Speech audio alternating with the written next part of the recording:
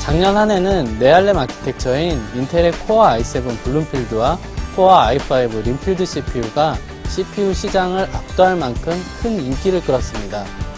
물론 아직도 그 인기는 식지 않고 있는데요.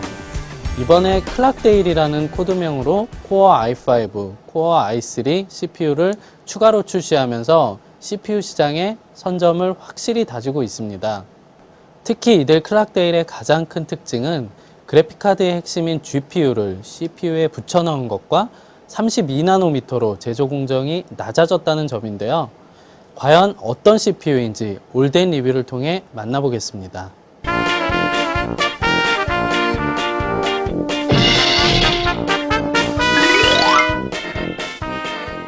앞서 말했듯이 클락데일 프로세서의 가장 큰 특징은 그래픽 코어를 넣은 최초의 데스크탑 CPU라는 것입니다.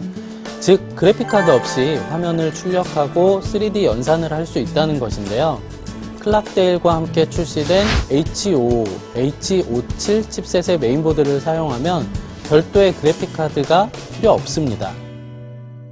기존의 블룸필드, 림필드 프로세서와 다르게 제조 공정이 32나노미터로 변경됨에 따라 소비 전력이나 발열이 개선된 것도 하나의 큰 특징이라 할 수 있습니다.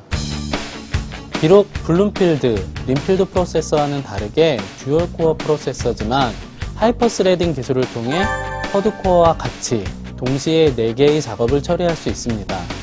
특히 이미지 렌더링이나 동영상 인코딩 같이 멀티코어 프로세서를 필요로 하는 작업에서는 훨씬 이득을 볼 수 있습니다. 이런 데스크탑용 클락데일 프로세서도 터보 부스트 지원 여부에 따라 크게 두 가지 종류로 나뉘는데요. 먼저 클락데일 코어 i5 CPU를 통해 터보 부스트 기술을 간단히 알아보겠습니다. 클락데일 코어 i5는 4개의 스레드로 작동하는데요. 하지만 애플리케이션에서 싱글 혹은 듀얼 코어만 사용한다면 사용하는 코어의 동작 속도를 규정된 속도보다 높여서 성능을 향상시킬 수 있는 기술입니다. 이런 터보 부스트 기능은 클락데일 코어 i5 600 시리즈는 모두 지원하는 반면 i3는 모두 지원하지 않고 있는데요. 여기에 그래픽 코어의 동작 속도에 따라서 모델명을 더 세부적으로 나눌 수 있습니다. 지금까지 클락데일 프로세서의 특징에 대해 알아봤습니다. 클락데일 코어 i5 661, 670을 통해 가장 궁금한 성능에 대해 알아보겠습니다. 테스트 비교 대상은 코어2 듀오 E8600과 코어2 쿼드 Q9400입니다. 그럼 먼저 산드라 2009를 통해 CPU의 연산 속도에 대해 알아보겠습니다. 결과를 보시면 코어 i5가 듀얼 코어인 E8600보다 2배 가까운 성능을 보여주고 있다는 걸 알 수 있고요. 실제 쿼드 코어인 Q9400도 뛰어넘을 정도입니다.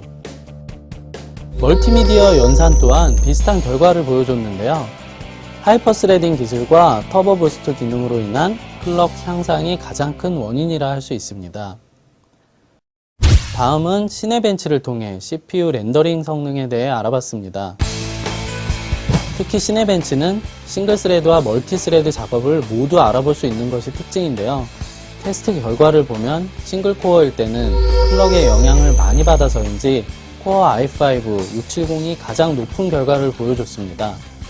반면 멀티코어에 따른 성능은 다른 테스트와는 달리 리얼 쿼드 코어인 Q9400이 가장 좋은 결과를 보여줬습니다. 리얼 쿼드 코어를 앞서지는 못했지만 하이퍼 스레딩과 터보 부스트 기능으로 인한 성능 향상의 폭이 매우 크다는 것을 다시 한번 확인할 수 있었습니다. 게임 성능도 많이 궁금하실 텐데요. 바이오하자드 5를 통해 간단하게 그 성능을 한번 살펴보았습니다. 테스트 결과는 클럭이 높은 순으로 프레임이 높게 나왔는데요. 이는 클럭의 영향을 많이 받는 게임이나 프로그램들은 코어 i5의 고클럭이 유리하다는 것을 확인할 수 있었습니다. 마지막으로 전력 소비는 어떨까요? 시스템 전체의 전력을 측정하는 방법으로 부팅, 대기시간, 풀 로드 시에 따른 전력 소비를 측정해 봤습니다. 결과를 보면 32나노미터 공정답게 45나노미터 공정의 프로세서에 비해 전력 소비가 줄어든 것을 확인할 수 있었는데요. 다만 플로드지에는 코어 i5 6700이 가장 높은 전력을 소비했습니다. 지금까지 클럭데일 코어 i5의 특징과 성능을 살펴봤는데요. 하이퍼스레딩과 터보부스트 등의 고급 기술이 적용돼 기존 듀얼코어는 물론 쿼드코어의 성능까지 넘보는 모습이 인상적이었습니다. 물론 아쉬운 부분도 있었는데요. 가격이 다소 비싸다는 점입니다. 일반 소비자 입장에선 기존 쿼드코어와 비교해서 가격이 좀 부담된다는 것은 사실입니다. 하지만 H55 칩셋 메인보드를 사용하면 따로 그래픽카드가 필요 없기 때문에 시스템 구성 시 이 부분을 잘 고려해서 선택하면 되겠습니다.